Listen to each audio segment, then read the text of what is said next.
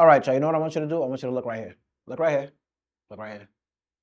You know what I just did to you? I just made you look away from any and everything else to focus on one thing. The same way the devil made Eve look at that apple tree instead of looking at the abundance that she was surrounded by. And you too, as a dancer, as a choreographer, you're surrounded by abundance on a regular basis. Over here, you have schools, nonprofits, and youth organizations that will pay you. You have mental health organizations also looking for dancers and choreographers. You also have apparel brands right here that you can approach. You got to dance in some clothes, right? Over here, you have event choreography. Right here, you have your own projects. You are surrounded by abundance on a regular basis. But as dancers and choreographers, we only train to look at one spot. You're surrounded by abundance on a regular basis. And all of this abundance is what's going to bring you an income and bring you money and bring you cash. It's your time now. So you chose building your own projects. Welcome back to another episode of, am I going to call this money strategies for dancers and choreographers? Am I going to call it making moves with Mariano? I don't know. The whole premise of this and this podcast and what I'm talking about is strategies that I've used to make money as a dancer and as a choreographer without relying on anybody else or anything else. One of the things I want to talk about today is building on your own projects. In schools, the way we're basically indoctrinated, and it happens inside the school, is to follow the crowd, not make any mistakes, always try to get everything right, and everything has to be about perfection. What that takes away from you is your individuality. This is a lot of the reasons why they gear us to look in only one direction. Y'all seen that video. They gear us to only look in one direction, but in reality, we're surrounded by so much and so many opportunities and so many different things. So stepping out on faith, building your own projects is going to take, for you, one, to get out of the mindset of the 12 years or more of you having to follow the crowd, of you having to follow the way other people have done it or how the majority have done it. One of the ways that I was able to do it and build what I've been able to build was because I stepped out on my own. I stepped out on faith, and I believed in something innate in me that others still to this day still see as a hobby. Now, I don't know about y'all, but if you can make over $100,000, it's not a hobby. Let's go with the first thing. How do you bet on you? How do you begin to build your own projects? How do you begin to trust yourself? Here's the main thing. You were already sent here on purpose, with a purpose, and for a purpose. Dive deeper into who you are as a person. Dive deeper into what qualities you bring to the table. Find out what strengths you have. You're going to have to go back and unpack things you used to be able to do. For example, some of us used to talk so much as a child, we were always told, shut up, shut up, shut up, shut up, shut up. But in reality, that was your gift. So what you put away and became an introvert and started being shy, you got to go back and get that, because that's the tool that you need. Some of you were already creating certain things out of your own head, right? Your imagination just made you start to create. You got to go back and you have to go bring that out. That is one of your gifts. That is one of the qualities that's going to allow you to begin to work and do your own projects. So if you were dancing around the house, especially as a dancer, as a choreographer, you were dancing around the house and just you heard music a certain kind of way and you just started moving to it and creating to it, go back and do that. Hey, quick question. Are you a decision maker in the school systems, you work for a nonprofit or a youth organization, and you're looking to either revamp your dance program or add one, and maybe your curriculum needs better culminated events, better outcomes, better deliverables? My name is Mariano Martinez. For the past 20 years, I've been using dance as a youth empowerment tool. I've been able to remove youth from gangs, prevent suicide, increase self-esteem, as well as encourage entrepreneurship. I did a full case study video on how I've been able to do this. All you have to do is click the link, and I'll see you inside. Y por supuesto, también hablamos español.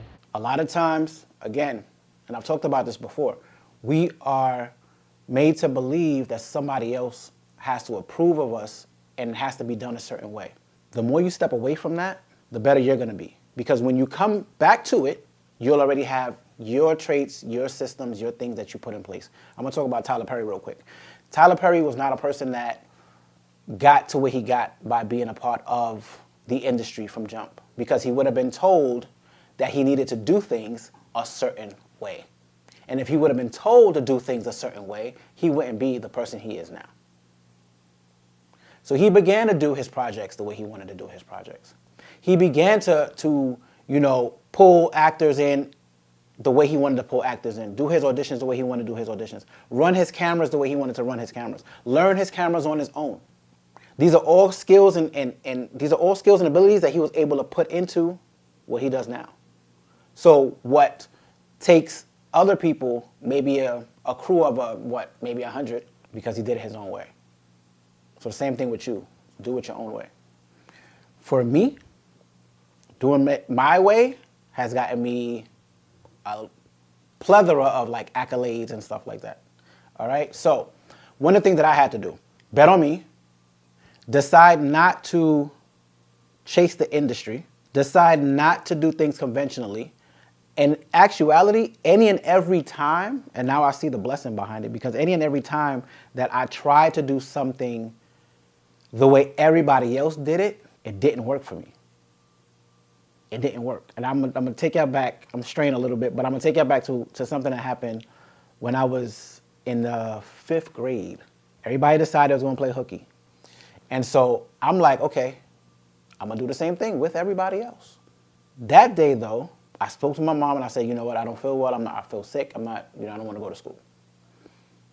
She told me, no, you got to go to school. I was like, okay. Got dressed, and I went in the building that we lived in. I went in the back staircase. And I decided, as soon as my mom leaves, I'm just go back in the house and chill. Mom leaves. I hear her leave. Elevator closes. I come out the staircase, get to the door, check in my pockets. I left my keys in the house. So I could not get back in. I went back in the staircase and I was like, you know what? I'm going to just chill here. And now I'm going to have to go back at 3 o'clock. Lunchtime comes around and I'm hungry. So I said, you know what? Let me go to school. Just tell them I'm late. And I'm just go to lunch. Went inside the school and guess what? Teachers are looking for me. The principal was looking for me. The cops were looking for me. Because my mother decided to go to the school to check on how I was doing. And guess what? I wasn't there. So something must have happened to me on the way from school, from the house to the school. So now everybody's in frantic mode. So I just say this to say, I've always been the one that God used as an example. I'm making an example out of you. So trying to chase everybody and do the stuff the way everybody does it doesn't work for me. When I got into stuff with the industry, it was, for me, a horrible, horrible experience. It wasn't the cutest. I got to see a lot of things that I'm like, that's not real. That doesn't work for me. Wait, y'all want us to rush, hurry up, get dressed, and now we're not shooting or doing anything for 3, 4, 5 hours? It just didn't work for me. So I decided, listen, I'm gonna work on my own projects. I'm gonna work on this, I'm gonna work on that. I even got into other academies and other dance companies where I was at the level of the choreographer and I was at the level of the director, and it was like, no, you're gonna start off as, from point one.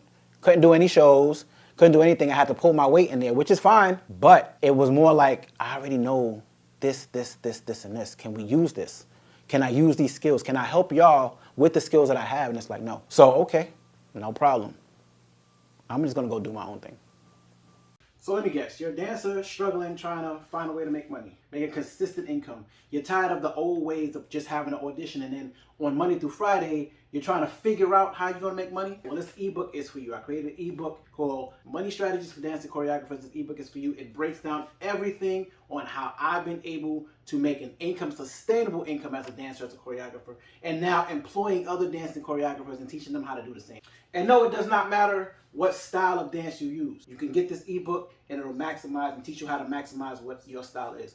And there's a couple of other links in there as well that are gonna allow you to maximize your money and your potential even more. Click the link, get the ebook, see you on the inside. It's our time now. All right, so the next thing that building my own projects has led me to, creating my own merch, being on Fox 5, being on Good Morning America, having a few citations, which I'll read in a second, just allowing me to even create event choreography and everything that I'm learning from the event choreography as I'm building my own projects, continuing to build. That led to me going into and working as a teaching artist in a nonprofit organization. right? So I became the teaching artist. I became the director of the dance program in that location. From there, started writing curriculums, building curriculums out.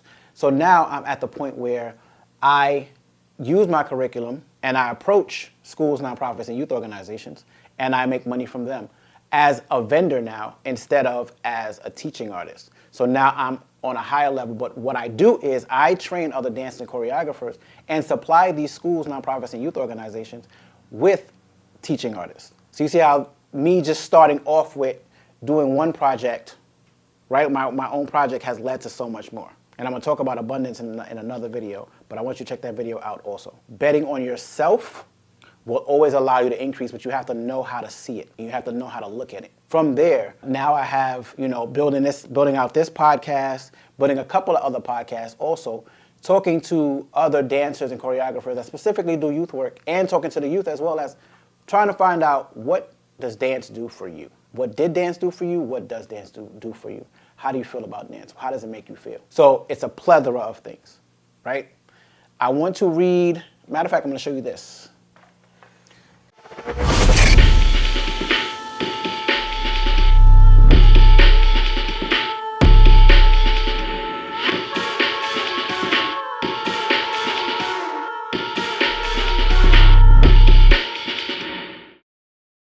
So, again, building on my own projects. Got me on the front cover of La Voz Internacional. That is I. That is me. That's me. Guys, you can't go wrong betting on you. Again, you have to break away from the mindset of chasing everybody else and doing the things that they told you to do and told you to do it their way. You have a way. You have your own system. If I can give you this nugget, you already won just by being here. You already won. The process that it takes and that it took for you to be born, you already won. There's a couple of other accolades, but I'm gonna read you, matter of fact, here we go. To Mariano Martinez, with our deepest gratitude for over 10 years of service. This is from Cypress Hills, who is now one of the organizations that I've been to. I bring teaching artists to them. This one here, which you can barely see because it's in clear glass, but this is from Young Audiences New York. I was an honoree, the #1 honoree with Young Audiences New York, known as Yanni. What does this one say? Honors Mariano Martinez, Young Audiences New York, honors Mariano Martinez for his exceptional commitment to opportunity and equity through the arts. Y'all, you can't go wrong betting on yourself. Let me get you another one. There's a plethora of citations here, but I'm gonna read this one. This one is one of the latest that I received, and I'm gonna speak about the other one, and you're gonna be able to see some footage on that. All right, so citation. Whereas the County of Nassau is proud to recognize those outstanding individuals who render significant contributions for the enhancement of our region and the betterment of our residents. And whereas Mariano Martinez is such an individual. And whereas you, Mariano Martinez, have worked diligently on behalf of causes and ideals which uphold the principles of human decency.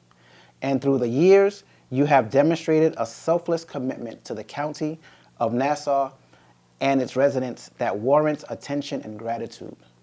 And whereas the County of Nassau is proud to extend this recommendation to you, Mariano Martinez, as you are honored by La Voz de Honduras for your spirited leadership, dedication, and service to the community. Now, therefore, I, Bruce Blakeman, Nassau County Executive, on this 28th day of October, do hereby present this citation to Mariano Martinez. Y'all, you can't go wrong betting on yourself. So once again, y'all, bet on you. There's something about you. There's a light within you. There's ideas in your head. There's downloads that you receive. Put them out there. Don't share it with too many people. Don't share it with anybody that is going to tear you down, because if nothing else, you're going to be able to learn from it and make it grow and watch it grow. And as you keep going, all you're going to do is grow and grow and grow and grow. All right? Bet on you. You already won.